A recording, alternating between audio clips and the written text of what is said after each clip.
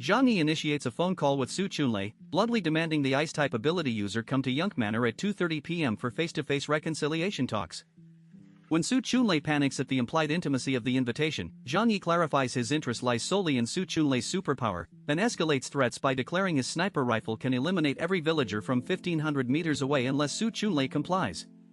The psychological pressure shatters Su Chunlei's composure. Haunted by the previous night's slaughter where Zhang Yi killed over 100 villagers, he agrees to come despite immediate regret and visions of 100 possible deaths.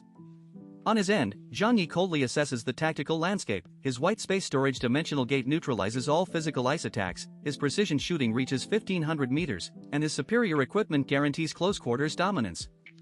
He harbors no deep hatred for the villagers, viewing them as overconfident ants, but sees Su Chunlei's potential as either a catastrophic threat or a powerful subordinate worth testing.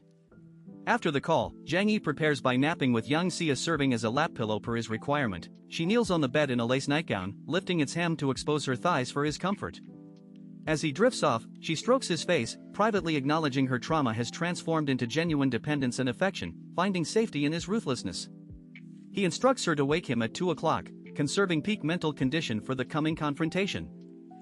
At 2 in the afternoon, Zhang Yi stood at the second-floor window of Yunk Manor, Rolex set aside, sniper rifle trained on the frozen Lujiang River where his effective kill radius now stretched 1,500 meters. A bulky figure emerged from the snowdrifts on the far bank, Su Chunlei, swaddled in a black down jacket and an absurdly long fleece beanie, legs thick as cubes. The Ice-type ability user slipped onto his backside, scrambled up, then face-planted again, prompting Zhang Yi to stifle laughter behind his hand. After more than 10 minutes of clumsy progress, Su Chunlei gained the opposite embankment alone. No ambush party followed. He paused by the compacted snow road, lungs burning, and dialed Zhang Yi on an iPhone 42, admitting fear of the traps surrounding the villa.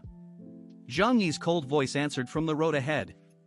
The two men faced each other, one armored to the teeth, the other panting and disheveled. Su Chunlei straightened and offered immediate surrender, asking what compensation would buy forgiveness. Zhang Yi demanded the name of whoever ordered the raid.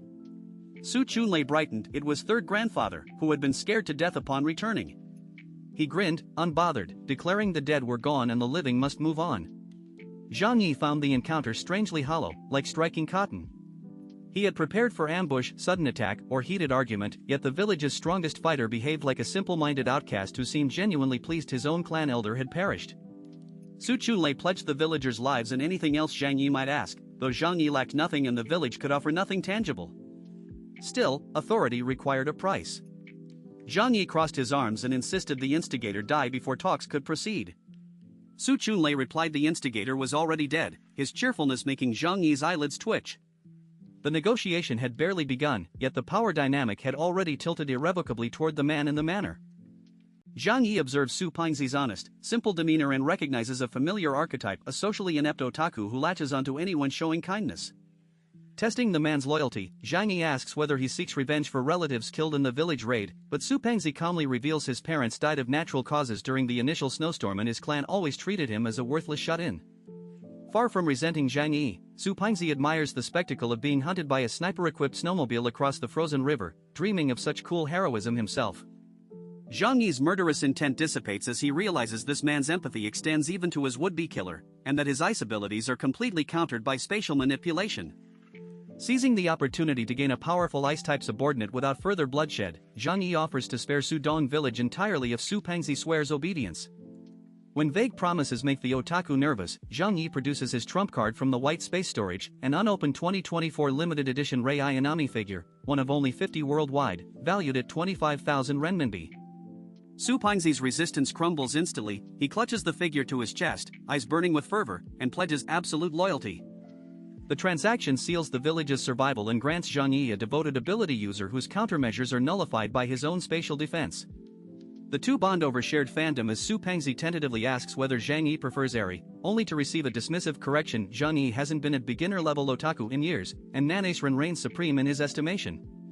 The shared reference ignites a spark of genuine camaraderie in Su Pingzi, the light returning to his eyes at finding his community. With a single figure and a few well-chosen words, Zhang Yi has neutralized a threat, secured a subordinate whose abilities would be troublesome on hostile terrain, and eliminated the need to exterminate the remaining villagers of Sudong.